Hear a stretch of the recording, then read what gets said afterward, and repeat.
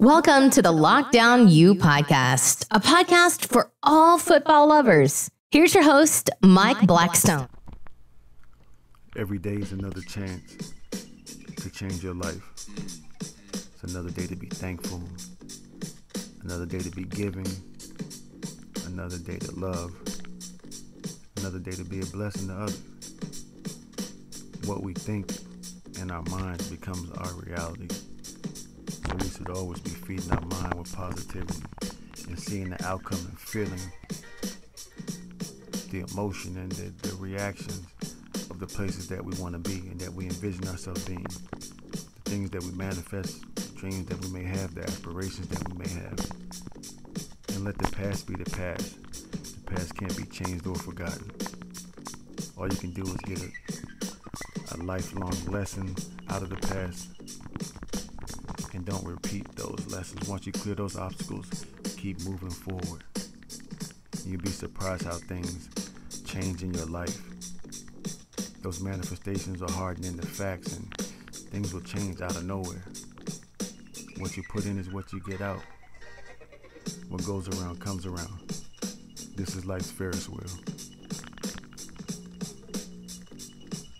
Welcome to the Lockdown U podcast, episode 5.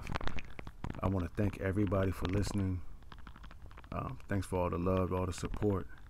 I mean, you guys are amazing. Let's just keep growing. It's only going to get better with time.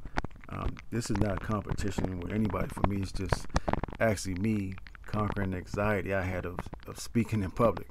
That's something that had me shell-shocked my whole life. This is kind of like me just facing my fears. So this is, thanks for coming along with me on the journey, and I appreciate everybody who listens. So peace and blessings to everybody.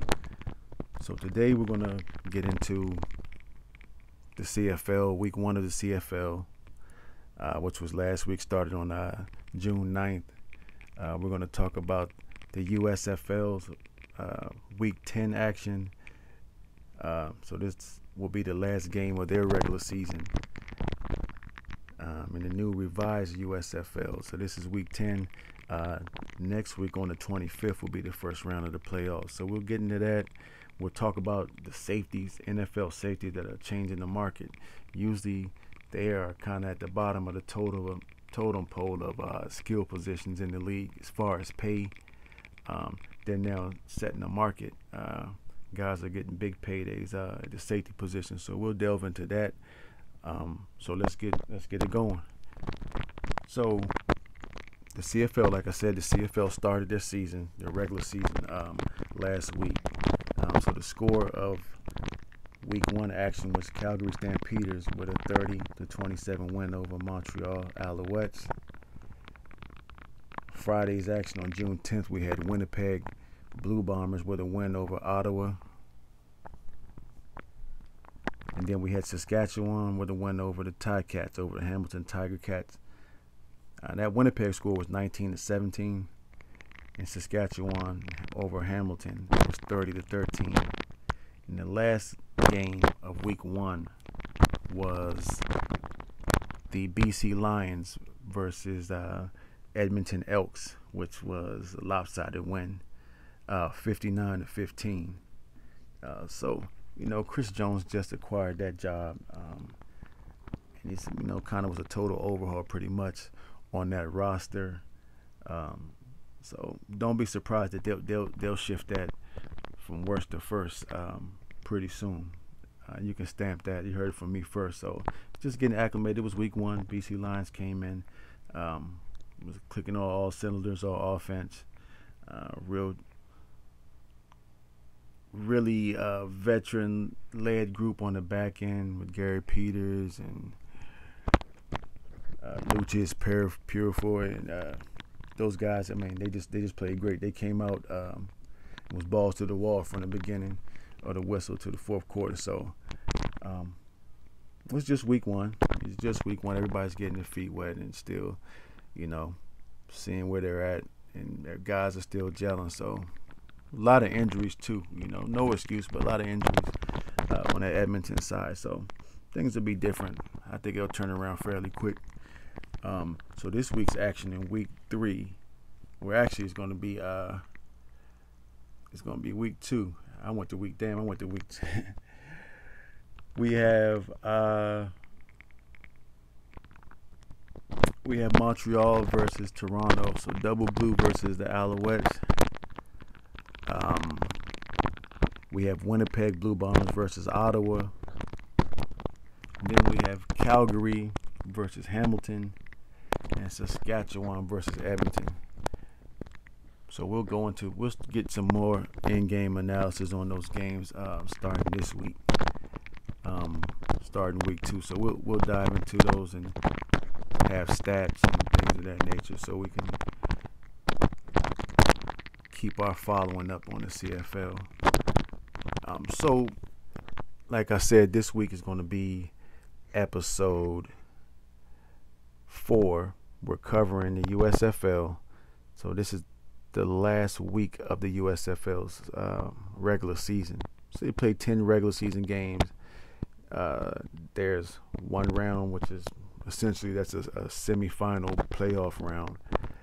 And then the winner of that semifinal playoff round will play in the championship at Tom Benson at Canton at the Hall of Fame field in Canton, Ohio. So let's go over the picks for week 10. So we got Michigan Panthers versus Pittsburgh Maulers. Both of those teams are 1-8 in the regular season. The first meeting went to Michigan, which was 24 to the donut. So they got their ass off the sticks. It was 24-0 with the Michigan win. I am going to go with Michigan Panthers again. I'm going to go with Michigan Panthers on this one. I mean, it can go either way, but I'm going to go with Michigan. Michigan's playing, defense is playing pretty good. They're pretty much always in every game until the end. Both of those teams kind of, they kind of lose the game at the end, but they're there. So, but I'm going to go with Michigan. I'm going to go with Michigan Panthers. In the second game, we got New Orleans Breakers versus Houston Gamblers. So this one, I don't know. Houston playing some good defense. Actually, Houston just gave the Birmingham Stallions, which was undefeated, gave them their first loss of the season. Real good defense. Offense is okay, but they're a scrappy team and they fight to the finish. So I'm gonna give the Gamblers the win. They're gonna end the season with a win. Houston Gamblers. So I'm gonna go with Houston Gamblers for that. I mean, New Orleans is gonna be in the playoffs. They'll be in the playoffs next week. So I'm gonna go with Houston. Houston gonna finish that thing out strong and get the W over New Orleans Breakers. So next game we have the Philadelphia Stars versus New Jersey Generals. So this is going to be a game that they're going to see each other next week. So they're going to bump next week in the playoffs. So not sure what the mindset is on both sides with the staff. Are we resting guys? Are we, But because we had to make a pick, I'm going with New Jersey Generals. Like I said, they control both lines of scrimmage. Philadelphia has a strong defense, run the ball pretty well. Very physical team. So for this matchup, to close out the season, I'm gonna go with New Jersey Generals. Even though they play each other next week, but I'm gonna go with New Jersey Generals. They're clicking on all cylinders right now, and I think they'll ride that momentum into the playoffs. And for the final game for Week 10, the previously unbeaten Birmingham Stallions versus Tampa Bay Bandits. So this one, Bo Scarborough toting that rock too. Former Alabama running back for Birmingham. I'll go with Birmingham on this one. I'll go with Birmingham. They're stingy on defense. They get off the field. I'm gonna go with Birmingham. Birmingham will take the season to 9-1. Take this win with some momentum, and they're going to next week's matchup in the playoffs. like I said, the playoff teams. It's gonna be four. They have 4 teams in the playoffs. June 25th. That semifinal round. So, like I said, the first game will be New Jersey Generals, which is 9-1, just like Birmingham. Well, they're 8-1 right now, actually. So they both have one loss. Birmingham Stallions and New Jersey Generals. So that'll be Philadelphia. Also, Philadelphia has really good record. They've been solid the whole season. Play good defense. Something different can happen. I don't know, but playoffs are different. That's the reason for the season. So we'll see who rises to the occasion on that. Who can get into that wolf mentality, that Mamba mentality for the playoffs. Who can get it done? Who wants it the most? That game's going to be, like I said, that game's going to be June 25th. Philadelphia Stars versus New Jersey Generals for the first game. Then the New Orleans Breakers, which is 6-3, with the same identical record as the Philadelphia Stars. They're 6-3. They're both 6-3. New Orleans Breakers will play Birmingham Stallions. So one of these 4 teams will be represented for the championship. And I'm gonna go. Hell, it might look cliche to y'all, but I'm gonna go New Jersey and Birmingham. I think Birmingham pulls out. It might be more closely scored game than some might believe. But I'm gonna go with Birmingham over New Orleans, but I don't think it'll be by much in the playoffs. This is playoffs now. I'm gonna go with Birmingham Stallions and New Jersey Generals for the USFL Championship on July 3rd. So that's my picks for there. And I really hope a lot of these guys get some kind of futures contract or get invited to camp. A lot of guys really put out some good tape, displayed their abilities. A lot of guys may have helped their cause. Even if they go to CFL, I mean, I think guys should get a chance to prolong their career, keep chasing the dream. It's a lot of talented guys that I think that can help clubs. I mean, especially on special teams, practice squad. Of course, that'll be the avenue, the more common avenue traveled. But I definitely hope guys get a shot. It's been entertaining. I mean, shit, as a football fan, look, we've been entertained year-round pretty much. And then the XFL comes next year, 2023. So if you love the game, I mean, this is great. It might be a great opportunity for people who want to work in personnel or, reach out, network to people. A lot of men and women earned an opportunity with the Bill Walsh internship and the Nun Wooten internship as far as for scouts. A lot of guys and ladies, they got an opportunity. They got their name called. They got selected. So congratulations to all those persons who were selected for those 2 internships. It can change your life, and I hope you just accept any role that's given to you, that you learn a lot, and that you dominate and excel in those roles that, if you're chosen. But it's a wonderful experience. So I'm happy for everybody. So much love to everybody, and just make the best out of it. I like to hear from some of the people too as well when the internship's over with. Whether they hire you or not, just tap in with me. Just send a message on the YouTube channel or anywhere, Patreon, anywhere. Just leave a message and just let us know how the experience is. Document it. Document your journey if you can. We definitely appreciate it. We're all a big community here, all aspiring to either to get into the business or my kids to keep working in the business. So just tap in if you can. That'd be great. We'd love to hear from you and how that experience happened. It's truly a blessing. So I hope everybody makes the most and maximize those opportunities. So now we're going to get into the safety market. These safeties that are changing the game, that are making these millions. Got these M's stockpiling here. before we get to that, so this player happens to be a safety. So this is kind of near and dear to my heart, as I'm a very spiritual person, and leans a lot on faith every day of my life. Indianapolis Colts strong safety Kerry Willis. He retired on June 15th, a couple days ago. He retired from the league. He was a starting strong safety out of Michigan State, and his reason for retirement was to pursue ministry full time. He believed that was his calling, and I absolutely love this.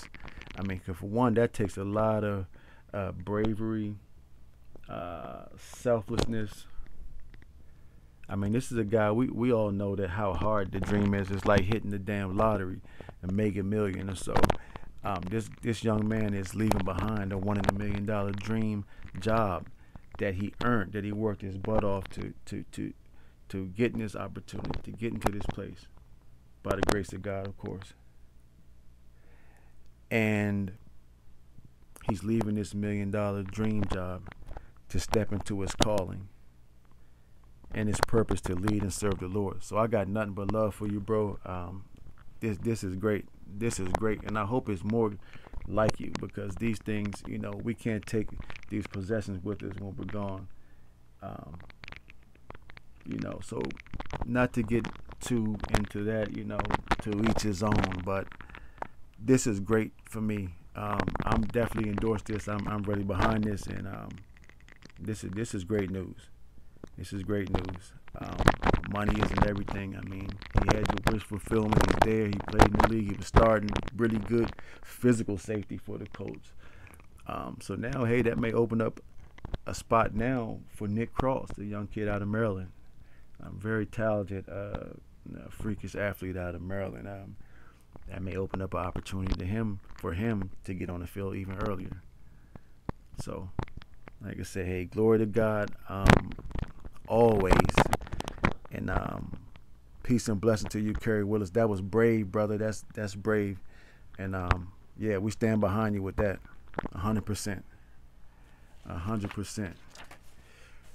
But yeah, while we're on the subject of safeties, like I said, I'd be remiss not to mention the Pittsburgh Steelers safety, Minkah Fitzpatrick, has signed a four-year extension worth $73.6 million with $36 million guaranteed.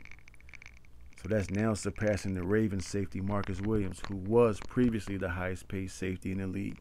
And he signed a 5-year, $70 million deal back in March with $37 million guaranteed. So these two guys, Minkah Fitzpatrick and Marcus Williams, is essentially they just set the market for safeties. And you got Justin Simmons, who played on the tag. There's a lot of other guys that's going to come up, and they're just going to keep pushing that envelope. And I love to see it. So get paid, young guys get paid. When I think about it, actually, the AFC North, I would say they have the best group of safeties individually. So think about it. Jesse Bates, who I think is the best poster deep safety in the league. That's my opinion. Check out my YouTube video. I have my best safety duos on the YouTube page. You check it out, and of course you can agree to disagree. I'd like to hear about it in the comment section. Minkah Fitzpatrick, out of Jersey City, kid out of Jersey City, is now from Jersey City to Tuscaloosa to Alabama. First round pick. Now's the highest paid safety in the league with the Pittsburgh Steelers. That's two. John Johnson III, Cleveland Browns, who I think is a Pro Bowl caliber player. He's right on the cusp of that. I mean, in Los Angeles, you had some guys that were, kind of, in my opinion, they were going to be penciled in. He definitely earned it. He's in that conversation every year, and he seems to get better and better. And the more instinctual side is he's tapping into that now. So I look forward to a real big breakout year for John Johnson III. Shout out to John Johnson III. Marcus Williams in Baltimore, second highest paid safety now. So think about it. That's four. Those are the four teams in the AFC North. Jesse Bates, Minkah Fitzpatrick, John Johnson III, Marcus Williams. So look, if any of you disagree, I want to hear about it in the comments. What conference would you say has a better group of safeties, whether it's a tandem or individually, than the AFC North? Let's talk about it in the comments. I want to hear about it. This is going to be interesting. I like to get that different perspective.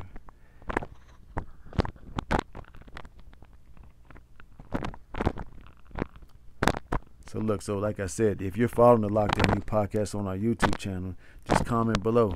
We'll let the debate begin. We can get into some, actual factuals, some particulars. We can talk some ball. That's what we're here for anyway. So I'd love to hear from it. But what I can't wait to see as well in the AFC North is the safety trio. And what I mean by trio, a lot of guys are going with the three safety look nowadays. I mean, for the teams that have the players with those kind of position and scheme versatilities. So I believe in Cleveland, you have John Johnson III, Ronnie Harrison, and a healthy Grant Delpit. I think that could be special. When they can figure out their nucleus and they can play off each other and get enough games in to get acclimated and familiar with each other with the scheme that they want to run, I think it'd be special. That's a special group. A lot of talent in that group. And also in Baltimore, you got Marcus Williams, Chuck Clark, the young stud Kyle Hamilton from Notre Dame. That'll be a good trio. Once again, everybody gets a feel for one another, get a feel for the scheme. Alignment, assignment, things of that nature. It'll be a good look. It'll be a real good look. But I think that the best group, the best trio could be in Cincinnati with Jesse Bates, Von Bell, and Dax Hill, the versatile rookie out of Michigan. Swiss Army knife. Could be that big nickel, be the star. Play some, I'm not sure if teams still do a boundary field corner, but he can be either one of those positions. Along with Mike Hilton at the nickel. We're not talking about that right now, but Mike Hilton in the nickel. We seen what he did with Tyreek Hill. It was cancellation without a refund on them damn over routes. Tyreek Hill lines up at 3, run them long ass over routes. It was cancellation on that. Mike Hilton did a wonderful job in the championship game. That could be a scary group. Just saying. So like I said, if you feel different, comment below. Let's talk about it. State your case. State your case. But on another note, like I said, I want to thank everybody who listened. The shows will become more frequent. We'll try to get a couple out per week. And we're going to start having guests, former NFL players, CFL, Arena League players. So we're going to have former guests, and we're going to have a segment where those guests will talk about a wolf moment. And a wolf moment to me is when you overcome certain situations, whether it was in a group, you had to lead a group out of dark waters or a tough time, or yourself, and you pulled yourself out. You went to source, you went to God, you asked for help, and you stayed the course, and you changed whatever that outcome was, that negative situation. It could be something traumatizing, it could be anything. That's your wolf moment, when you had trauma and you changed that trauma into triumph. So we'll have those segments, different guests talking about their political endeavors and what they're doing in the community, where they're coaching at, where they're doing internships, different things in there. So we'll have former players come in and tell their story. So we're actually going to have a player from the USFL as a guest next week. So you don't want to miss that. That's going to be a lot of it's gonna be you'll love it. It's a lot of hope and peace, hope and optimism. This guy's primed on those kind of things, and overcame a lot in his life, and he's doing great, flourishing in the USFL. So we'll have him on. You don't want to miss that. So just stay tuned to that. And just once again, just thank you guys for everything. I appreciate it. Whether it's one person, it didn't matter to me. This is more or less for me to overcome some things on my end. And this is what other way to do it is to talk about something that you love, something that's quite natural to you. So like I said, I appreciate everybody. And on the next episode, we'll start talking about my, can't miss games for college football. So we'll go through every level, go from FCS, FBS, Division II, HBCUs. I'm going to separate those because there's some really, really good matchups in the HBCU, and the SWAC and MEAC, SIAC. So we're going to cover all those, and we'll go into some scouting reports. So I know that a lot of you want to tap into that. So we'll go into scouting reports on some players who I think they may have a score, they may have a chance in the league or in the CFL. So you don't want to miss that. So just stay in touch. We're gonna put out more shows, more content, and you're greatly appreciated. The Lockdown U podcast was brought to you by Mike Blackstone. Don't forget to download and subscribe on Patreon, Apple Podcast, or wherever you get your podcasts.